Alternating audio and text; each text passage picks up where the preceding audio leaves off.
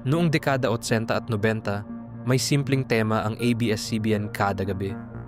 Mondays to Thursdays are mostly reserved for Filipino sitcoms, with talk shows and some musical variety programs sprinkled late in the evening.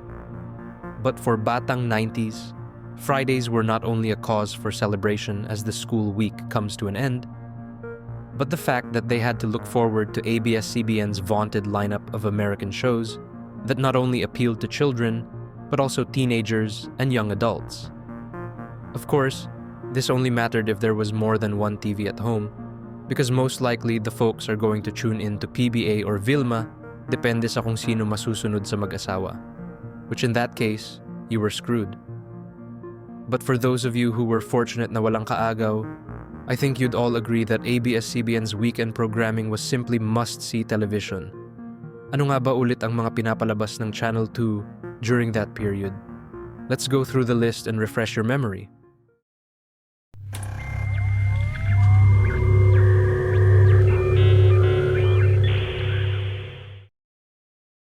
Kids usually tuned in early during the latter stages of TV Patrol, which occupied the 6 p.m. slot, na usually hapunan time naman talaga.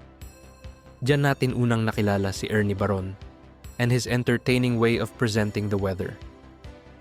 Once the newscast concludes, the cartoon slate begins, usually between 7 p.m. to 8 p.m. Ang pinakaunang example ng animated show in that slot was The Real Ghostbusters, going as far back as 1988. A memorable cartoon in its own right, with an accompanying toy line from Kenner. It was then followed at 7:30 by everyone's favorite quartet, the Teenage Mutant Ninja Turtles. TMNT's popularity in the early 90s cannot be put into words, and their mainstream impact was massive. Pag napasyal ka sa Toyland ng SM, their toys and merchandise would literally be in your face. Later on, Ninja Turtles would take over Ghostbusters at 7 p.m., and vacating the 7:30 slot for the addition of Batman the Animated Series, sometime in late 1992, or roughly a few months after the series premiered in the US. For us kids, Batman TAS was just a cartoon. But it's only when we were a lot older when we'd fully appreciate the quality of storytelling it had, and its placing in the pantheons of the greatest animated shows ever made.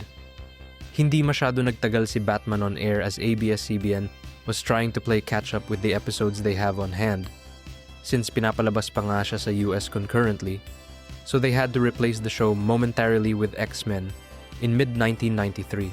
The Marvel title was a relatively little-known comic book property, but it helped propel the team, and particularly Wolverine, to mainstream superstars.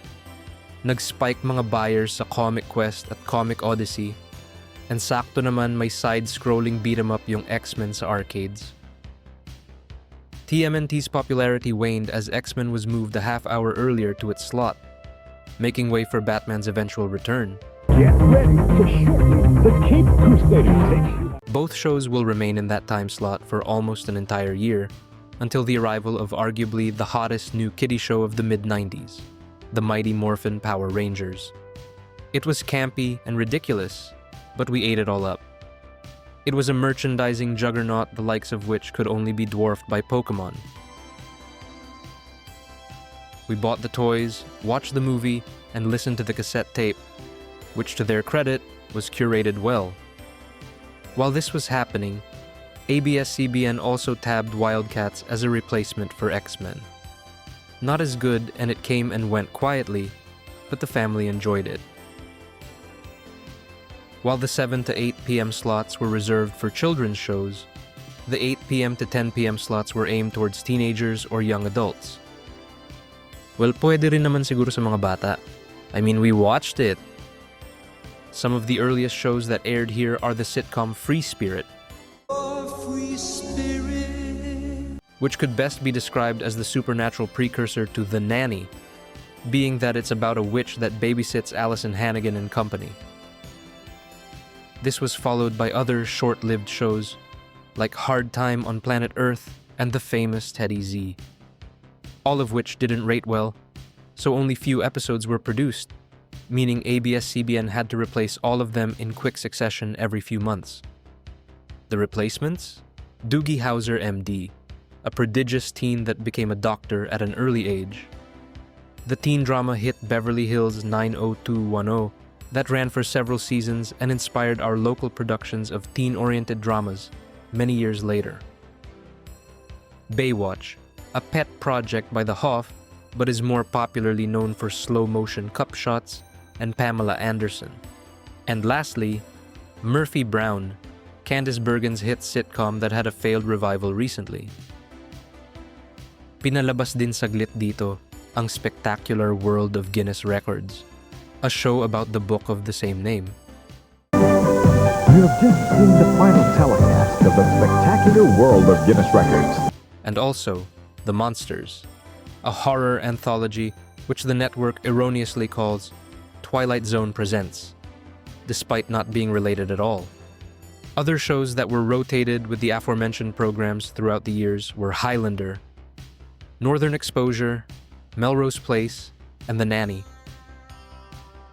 1996 marked the beginning of the end for this Friday night setup, as ABS-CBN pivoted to a rebrand of purely local shows. These spots were later occupied by the likes of sketch comedy show Super Laughin', the soap opera sensation Mula sa Puso, and grisly docudramas Calvento Files, and ang katapat Mayor Fred Lim in the years that followed. Not knocking any of those shows as I'm a fan of most of them, but I'd still want my original Friday schedule. Damn it. Most of their foreign programming, both animated and live action, were sent packing to their newly launched sister channel, Studio 23. Not all of them found their way there, however. It also doesn't have the same feel without Peter Musngi's outros and the bevy of commercials during ad breaks. This is the rare times I agree with the saying, Batang 90s sa kalam. This era of television ruled and could never be replicated.